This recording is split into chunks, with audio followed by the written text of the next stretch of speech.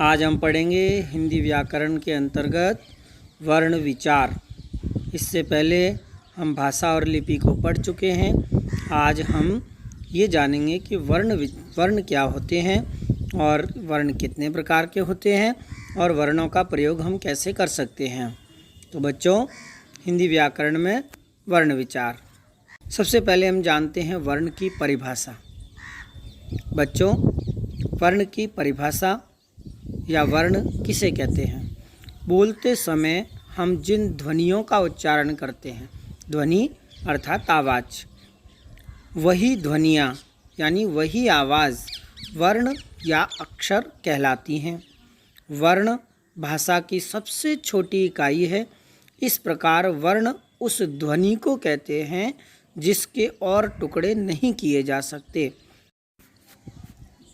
बच्चों, लिखित भाषा में प्रयुक्त किए जाने वाले वर्ण प्रत्येक भाषा में अलग अलग होते हैं। हिंदी भाषा में इन वर्णों की कुल संख्या 44 है। वर्णमाला। वर्णों की माला यानी वर्णमाला वर्णों के व्यवस्थित रूप को वर्णमाला कहते हैं। वर्ण के भेद। बच्चों, वर्ण के दो भेद होते हैं, स्वर वर्ण और व्यंजन वर्ण। हिंदी वर्णमाला में 11 स्वर और 33 व्यंजन होते हैं। बच्चों, सबसे पहले हम जानेंगे स्वर वर्ण। जिस वर्ण के उच्चारण में किसी अन्य वर्ण की सहायता न लेनी पड़े उसे स्वर वर्ण कहते हैं। जैसे अ, आ, ई, उ, री, ए, आई, ओ, औ। बच्चों, स्वर के 3 भेद होते हैं। स्वर पहला होता है ह्रस्व स्वर, दूसरा दीर्घ स्वर और तीसरा होता है प्लुत स्वर। ये स्वर के 3 भेद हैं।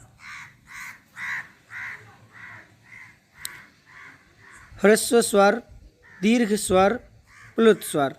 बच्चों, ह्रस्व स्वर, इनके उच्चारण में सबसे कम समय लगता है। ये 4 हैं, अ, ई, उ, री।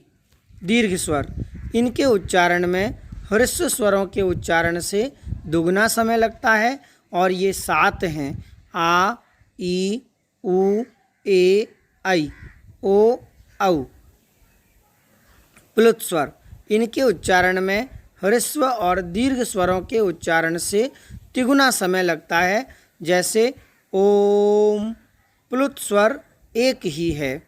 तो बच्चों, आपने जाना स्वर 3 प्रकार के होते हैं। अब हम पढ़ेंगे अनुस्वार। बच्चों, अंग अनुस्वार वर्ण भी स्वरों के बाद ही आता है। इसका उच्चारण नाक से किया जाता है। इसका उच्चारण जिस वर्ण के बाद होता है उसी वर्ण के सिर पर बिंदी के रूप में इसे लगाया जाता है। जैसे रंग, जंगल, संग, तिरंगा आदि शब्द। इन सब में अनुस्वार का प्रयोग किया गया है। अनुनासिक, इसका उच्चारण नाक और गले दोनों से होता है। जैसे चांद, आंगन आदि इसका चिन्ह इस प्रकार का होता है।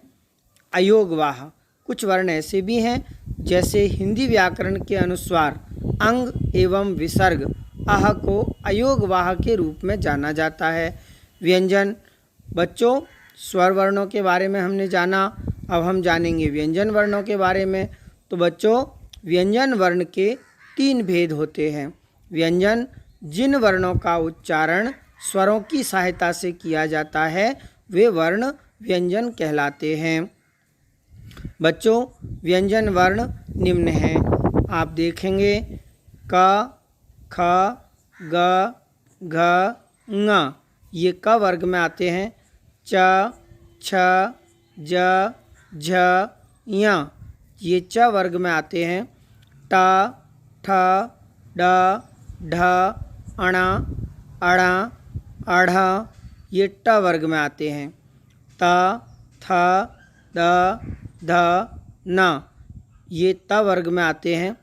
प, फ, ब, भ, म ये प वर्ग में आते हैं। य, र, ल, व इन वर्णों को अंतस्थ कहते हैं। स, श, श, ह ये ऊष्म वर्ण कहलाते हैं। तो बच्चों, आपने जाना व्यंजन वर्णों के बारे में कि व्यंजन वर्ण 3 प्रकार के होते हैं: स्पर्श व्यंजन, अंतस्थ व्यंजन और ऊष्म व्यंजन। स्पर्श व्यंजन 25, अंतस्थ व्यंजन 4 होते हैं और ऊष्म व्यंजन 4 होते हैं। सबसे पहले देखेंगे स्पर्श व्यंजन। स्पर्श यानी छूना। जिन व्यंजनों का उच्चारण करते समय फेफड़ों से निकलने वाली वायु कंठ, तालु, मूर्धा, दांत या ओठों का स्पर्श करती है, उन्हें स्पर्श व्यंजन कहते हैं।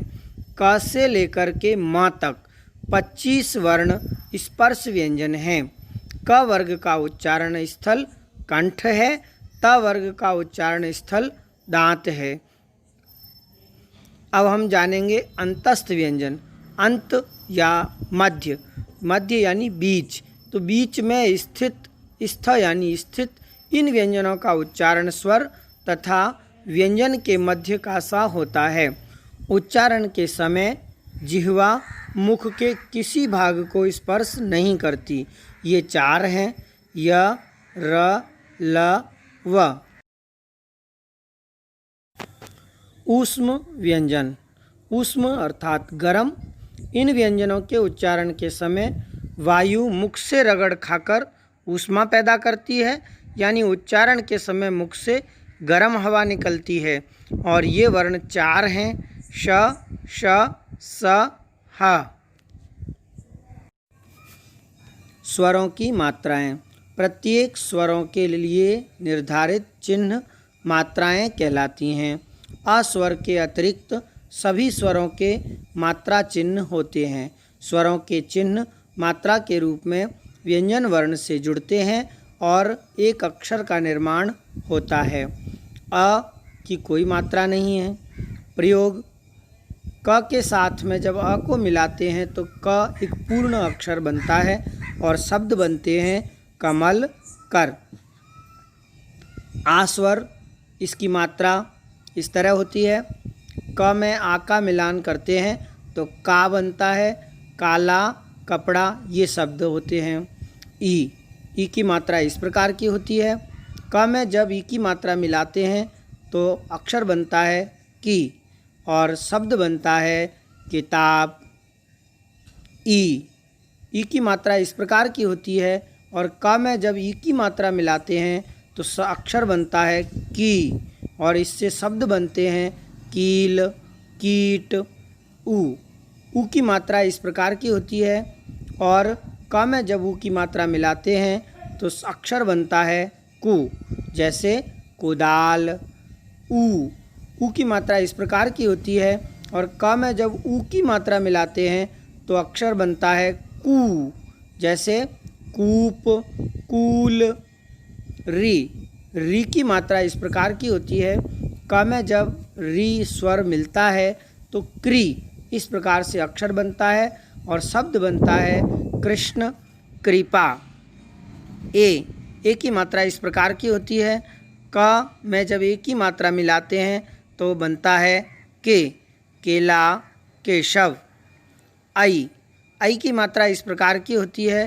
क में जब आई की मात्रा मिलेगी तो बनेगा कई, जैसे कैलाश। ओ की मात्रा इस प्रकार की होती है। क में जब ओ की मात्रा मिलती है तो बनेगा को, जैसे कोयल। औ की मात्रा इस प्रकार की होती है।